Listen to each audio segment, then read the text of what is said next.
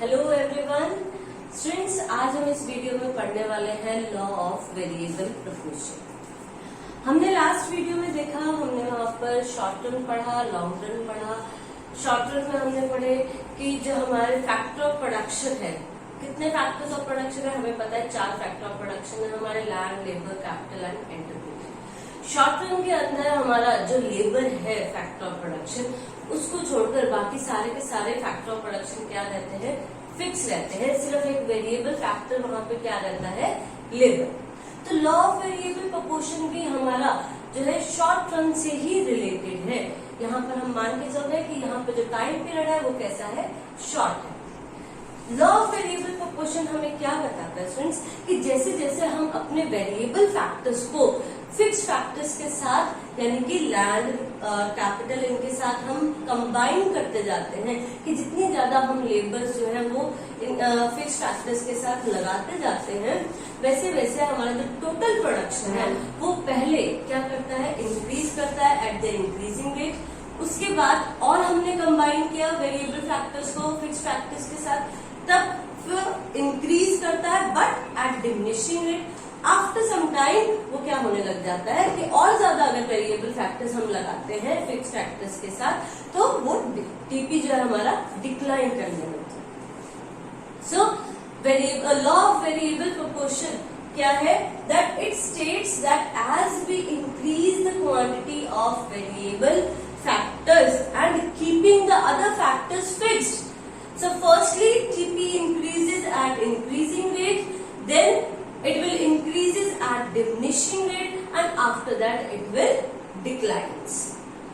In other words we can say that अगर हम TP की बात ना करके MP की अगर हम बात करें, तो MP में क्या है, MP में भी कि as more and more of the variable factors combining with the fixed factors, so firstly our MP will raise, कि हमारा जो MP है वो क्या करता है, पहले तो रेज करता है, बढ़ता है, after that it will decline and one stage will come when it will become the zero और नेगेटिव। तो हम देखते हैं यहाँ पर इसकी जो प्रॉपर डेफिनेशन है वो देखते हैं। यहाँ पर देखो, यहाँ पर मैंने लिखा भी हुआ है that it states that as more and more, कि जितने ज्यादा हम वेरिएबल फैक्टर्स यानी कि लेबर, हम जितने ज्यादा मोर and more variable factors is combined with the fix factor, combine करते हैं फिक्स फैक्टर, यानी कि फिक्स फैक्टर किसके साथ, लैंड के साथ। जितने ज्यादा हम उस लैंड पे काम करने के लिए वेरिएबल यानी कि लेबर लगाते जाते हैं, so firstly marginal product of the variable factor में इनिशियली राइज, कि पहले तो क्या करता है, वो राइज करता है। कौन राइज करता है, MP, marginal product. But eventually a situation must come when MP of the variable factor starts declining, की एक स्टेज आती है कि आफ्टर दैट स्टेज जो हमारा वेरिएबल फैक्टर्स का MP है that starts declining and in fact a stage may come when MP becomes zero और even negative, कि MP क्या हो जाता है, जीरो भी हो जाता है, even की नेगेटिव भी हो जाता है। In other words we can say that it states that as we increase the quantity of variable factor keeping other factor input fixed, the TP increases at increasing rate, कि TP increase करेगा किस पे, at increasing rate पर, and after that in the beginning then increasing at diminishing rate, उसके बाद वो diminishing rate पर increase करेगा and after a level output ultimately falls, के उसके बाद जो output है हमारा ultimately क्या होना शुरू हो जाता है, decrease होना शुरू होता है। तो ये था हमारा लॉ ऑफ वेरिएबल प्रोपोर्शन का मीनिंग। अब यहाँ पर हम एजम्पशंस जो हम मान के चलते हैं, पहली बात तो अभी मैंने स्टार्टिंग में बताया कि हमने ये जो लॉ है ये किससे रिलेटेड है, आपका शॉर्ट रन से रिलेटेड है। तो शॉर्ट रन से रिलेटेड होने के कारण यहाँ पर एक क्या रहेगा, वेरिएबल फैक्टर रहेगा और बाकी सारे क्या रहेंगे, हमारे फिक्स फैक्टर। देखिए एजम्पशंस हम पढ़ते हैं पहले। All units of the variable factor are homogeneous, कि जो भी हम वेरिएबल फैक्टर्स ले रहे हैं यानी कि लेबर ले रहे हैं, हम ये मान के चल रहे हैं कि वो सारी कैसी हैं, होमोजेनियस है। होमोजेनियस का मतलब है कि इक्वली एफिशिएंट है। अगर एक लेबर काम करती है, अगर एक लेबर जो है एक लैंड एरिया में 1 हेक्टेयर की लैंड जो है उसको कल्टीवेट करने की एफिशिएंसी रखती है, तो जितनी भी लेबर, जो भी हम लेबर उस पर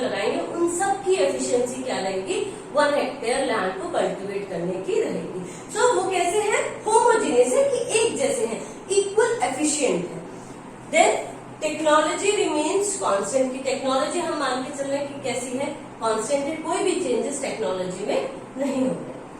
factor of production can B use in different proportion, कि जो फैक्टर ऑफ प्रोडक्शन है उनको हम डिफरेंट प्रोपोर्शन में यूज कर सकते हैं। कैसे, इसको देखो थोड़ा सा एक्सप्लेन करते हैं।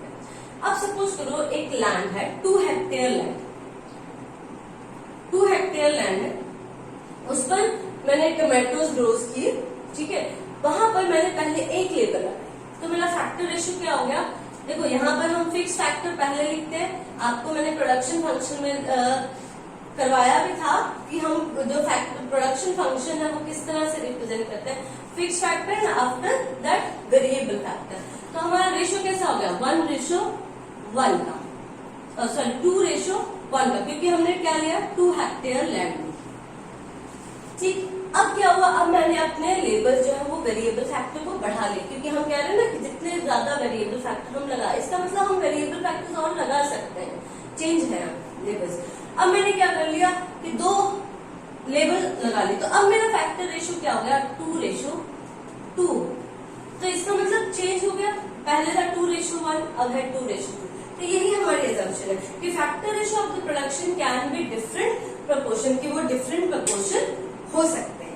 Next, one of the factor is variable while other factor are fixed. बता चुकी हूँ कि शॉर्ट रन का लॉ है, इसीलिए यहाँ पर एक वेरिएबल फैक्टर रहेगा and all other factors are fixed. Law of variable proportion को हम law of diminishing marginal product भी बोलते हैं। चलिए अब हम इसको डायग्रामेटिकली और शेड्यूल से देखते हैं, एक्सप्लेन करते हैं। देखो यहाँ पर मैंने एक टेबल लिया, शेड्यूल लिया है।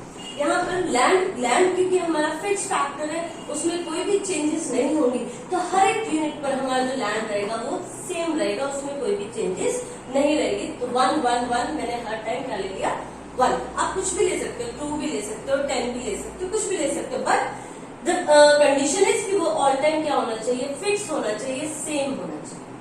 नेक्स्ट, लेबर, पहले हमने 1 लेबर फर्स्ट लेबर लगाई, फिर उसके बाद 2 3 4 5 इसी तरह से कॉन्टिन्यूसली।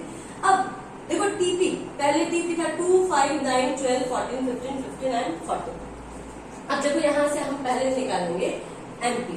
एमपी क्या होता है हमें पता है, एमपी का फॉर्मूला है MP is equals to TPN minus TPN minus 1। This we knows, हमने पिछली वीडियो में अच्छे से किया था। तो इससे पहले का हमें नहीं दिया हुआ, तो ये as it is 2, 5 minus 2 3, 9 minus 5 4, 12 minus 9 3, 14 minus 12 2, 15 minus 14 1, then 0 and then minus 1. Now AP we know that TP upon में L, TP upon L formula है हमारे पास। AP क्या है, TP 2 divide by 1 2, 5 divide by 2 2.5, 9 divide by 3 3, then again 3, 14 divided by 5, it will be 2.9, then 2.5, after that 15 divided by 7, it will be 2.101 something, 14 divided by 8, it will be 1.7. Next, अब इसी को हम यहाँ पर प्लॉट करते हैं। टीपी 1 पर 1 labour है, हमने ओवर एक्स एक्सिस पर लेबर को शो किया है। जो फर्स्ट डायग्राम है इसमें हम टीपी शो कर रहे हैं, टीपी कर्व, और यहाँ पर हमने एमपी कर्व शो किया है और एपी, एमपी और एपी हम दोनों शो कर रहे हैं। देखिए टीपी यहाँ से देखो 2 and 1 है लेबर, तो 2 आपका पॉइंट, उसके बाद 5 2, इसी तरह से आप प्लॉट करते जाओगे तो आपके पास इस तरह का कर्व आ जाएगा।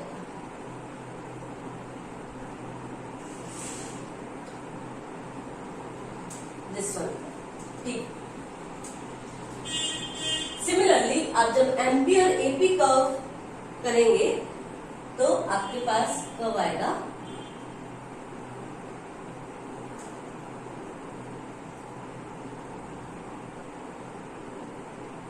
ये आएगा आपका एमपी कर्व, और इसी तरह से आपका आ जाएगा यहाँ पर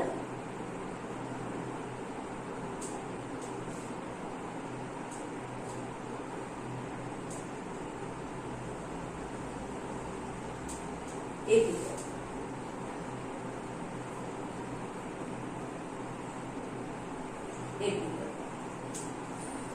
अब देखते हैं, देखो फर्स्ट जो स्टेज थी हमारी, इसमें देखो 3 स्टेजेस में डिवाइड है हमारा। कैसे कैसे पता चलेगा कि 3 स्टेजेस है?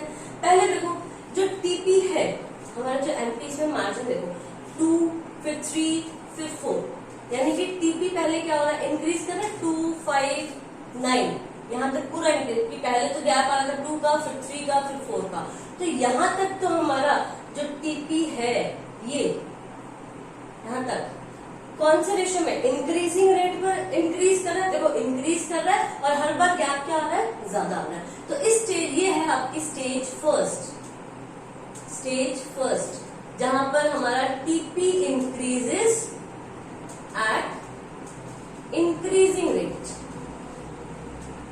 जहां पर हमारा, हमने देखो डेफिनेशन के अकॉर्डिंग चलेंगे कि पहले क्या हो रहा है, हमारा टीपी इंक्रीज कर रहा है at increasing rate. After that TP increases, TP increase हो रहा है, देखो 9 के बाद हुआ 12, 14, 15, लेकिन गैप हर बार क्या आता जा रहा है, कम आता जा रहा है।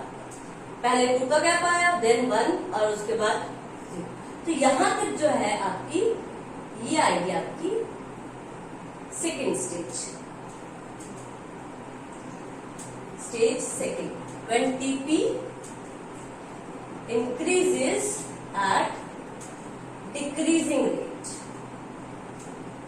decreasing rate, and after that आपका क्या आ जाएगा, ये जो थर्ड स्टेज है यहाँ पर, ये स्टेज आएगी आपकी stage 3, stage 3 when TP declines।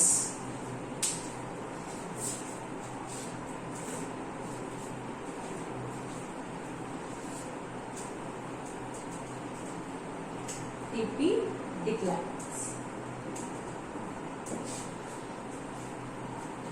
देखो यहाँ पर कर्व में किस तरह से आएगा, हम किस तरह से शो करेंगे। आपका जो फर्स्ट, आपकी जो ये जो एपी कर्व आएगा वो आएगा आपका कुछ यहाँ ऐसे, इस तरह से।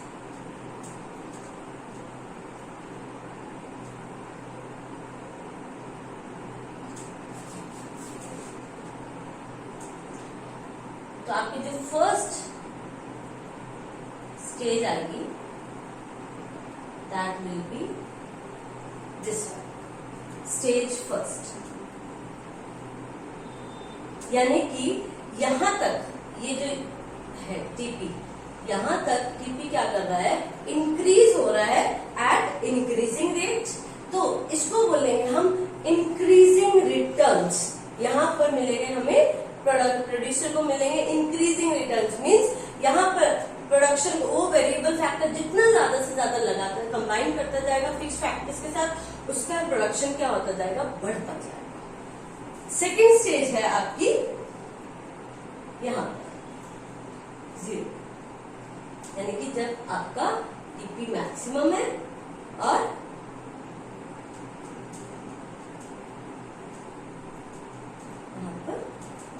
आपका जो एमपी है वो है 0।